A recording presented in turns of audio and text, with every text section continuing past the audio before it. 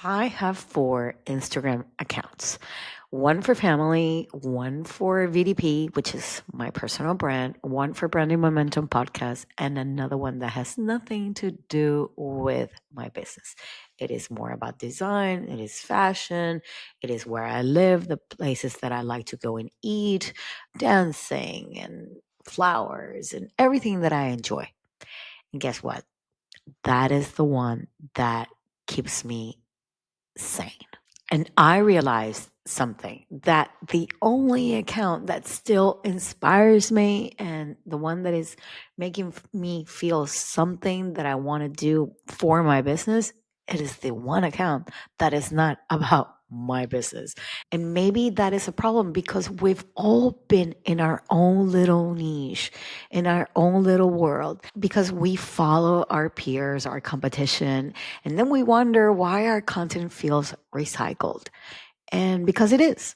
It really is. If everything that you see online is what you actually sell and what you're actually doing, how can you ever come up with something that is new? That is what we're talking about today. How to break that seamless loop that is happening, all what you are consuming, so that you get your creativity and your ideas to start moving again. Hey, I'm Veronica Di Polo, and I help service business owners turn their words into leads and stay visible to the people they want to attract. Each week, I talk about how to promote your business with words humans use, not machines, so you get found and chosen faster. Welcome to the Branding Momentum Podcast.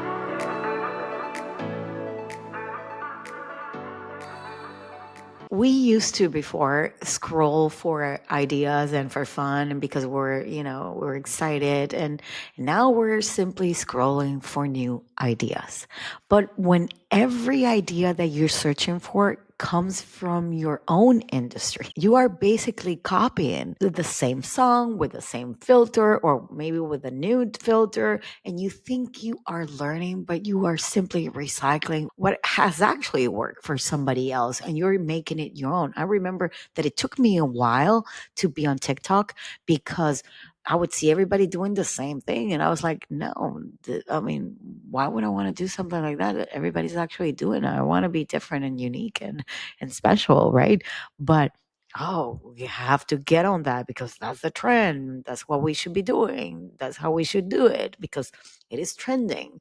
But the thing is that as we are looking on our phones, you're not being inspired really in any way. You're just simply repeating. You are simply copy pasting, and that's why all your carousels are look the same, or the reels have the same hook, and maybe your website has the same font as all the websites. I remember when these websites became so popular, and this colors were so popular. And I was like, I'm not going to put those colors. First, that's not me. That's not my brand. But even the fonts on the website were all the same. And I know trends are like that, but it's not because people are lazy. It is because they've stopped seeing beyond the screen. It is what you are actually consuming. I want to tell you this little story. I went to London to visit a friend, and my dad was there.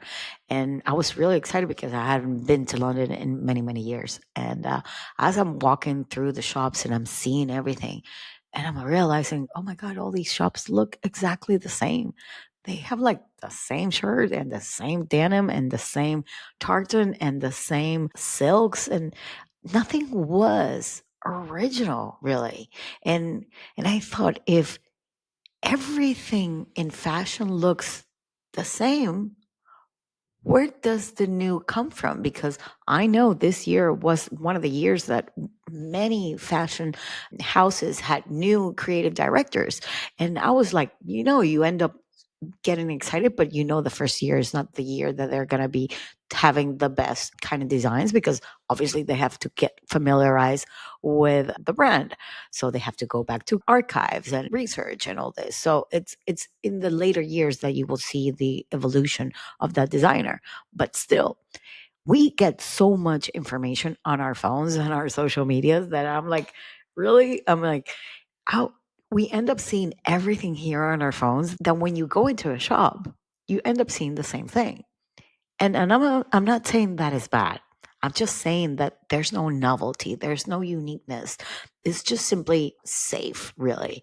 I remember my assistant, she showed me a shirt and she was like, "Oh, this shirt right now it's so happening, it's so on trend." I'm like, "Yeah, yeah." And she's like, "Yeah, Sarah, Mango, H&M, they all have it." I'm like, "Yeah." My mom used to say that fashion always comes back.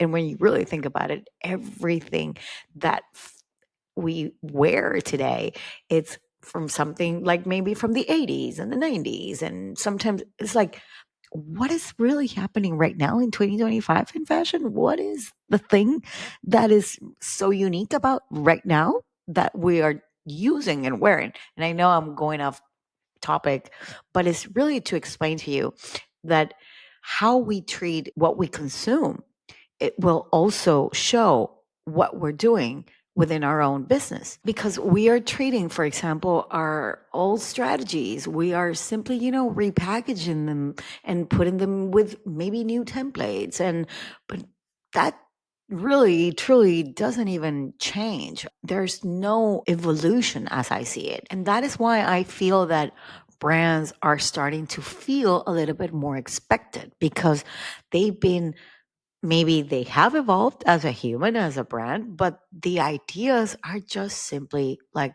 wardrobe change. So why can't you see new ideas? Because if you're staying in your same little bubble, in your same little niche, you will never have new, different kind of things. I haven't, if, for example, if you haven't traveled much, your worldly view is very limited in a certain way.